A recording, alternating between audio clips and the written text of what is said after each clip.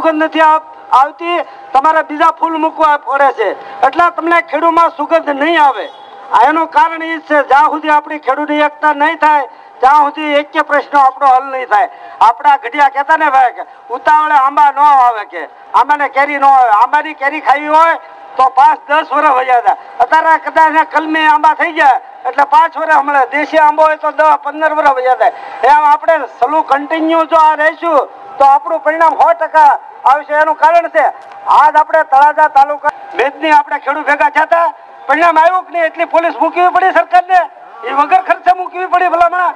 એટલે ખેડૂત એકતા થશો એટલે 100% પરિણામ આવશે પડે। એમાંય કઈ હું આગળ છું।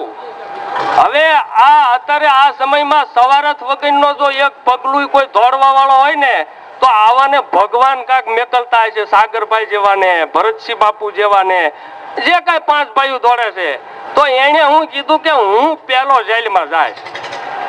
તો હવે આપણે એટલું જ વિચારવાનું છે કે સાગરભાઈ જો એક ફેરી જેલમાં જાય ને તો એની પાછળ નેર કાંઠાના બધા ગામડાના જે આપણે ભાઈઓ છે ને બધાને ભલે જવું પડે, એટલું કઠણ થવું પડશે ને તારા પાણી આપણને દર વર્ષે મળશે। અને આપણે એક તો વિચાર કરવી કે આપણે પાણી એક ગોળામાં ભર્યું અને ઈ પાણીનો ગ્લાસ આપણે ભરીને પીવાની તૈયારી કરી અને કોક જો આમ કરીને લઈ જાય તો આપણે એ વખતે શું કરવી, મરી જાય પણ એ પાણી ન પીવા દેવી। આ આપણી નસુમાંથી પાણી ખેવાનું સરકારે ચાલુ કર્યું, ઇરિગેશન ખાતાએ ચાલુ કર્યું, આ બધા સાહેબોએ ચાલુ કર્યું, તો એ હવળતા જ નહીં। જરૂર એટલી છે કે ગ્લાસ કોઈને ન ખેવા દેતા હોય ને જો આપણી નસુમાલી પાણી જો ચાલુ કરી દે અને હજી હવળતા ન હોય તો આ હિજડા આપણને નહીં દે પાણી, સમજ્યા? એટલે મરી ભલે જાવી, આ નસુ એમને પાણી વગરની હુકાઈ જાય એની કરતા જો સાગરભાઈ એમ કે છે પોઈન્ટ ટુ પોઈન્ટ લડી લેવું છે, એ લડતા જો સરકાર નમતું ન આપે તો એની પાછળ મરી ભલે જવું પડે। 5-5 ભાઈ હોય, 2-2 ભાઈ હોય, એક ભાઈને ભલે મરી જવું પડે। આ એટલું નક્કી જો આજ કરો ને તો સરકાર હું ગમે એને વાંકું વળવું પડે। બસ એટલું ટૂંકું જ કેવું, મને બીજું લાંબુ નથી।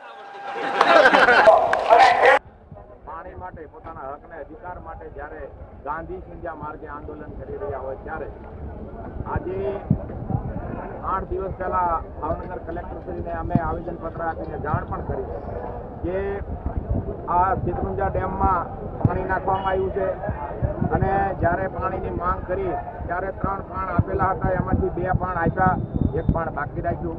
ખેડૂતોના મોલ સુકાઈ રહ્યા છે ત્યારે જગતનો તાત ધરતીપુત્ર એ પોતાના હકને અધિકાર માટે ગાંધી સિંધિયા માર્ગે પોતાના હકને અધિકાર માંગતો હોય ત્યારે આ હિટલરશાહી સરકાર, આ તાનાશાહી સરકાર, આ ઉદ્યોગપતિઓની સરકાર, મૂડીપતિઓની સરકાર, પૈસાદારોની સરકાર અને ખેડૂતોની દુશ્મન સરકાર આજે ખેડૂતો પોતાના હકને અધિકાર માંગતો હોય ત્યારે એને પણ રોકવાનો પ્રયત્ન કરે અને આ લોકશાહી દેશ છે, આ હવે આ લોકશાહીને, આ ડેમોક્રેસી છે, ડેમોક્રેસીને હિટલરશાહી તરફ આ સરકાર જઈ રહી છે।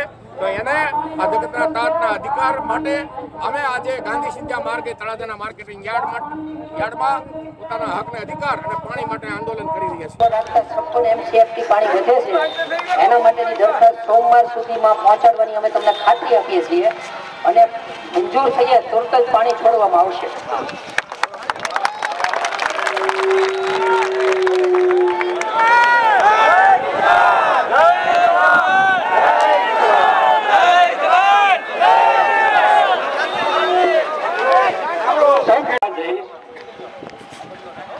બધાની જે સહાનુભૂતિ ચાહે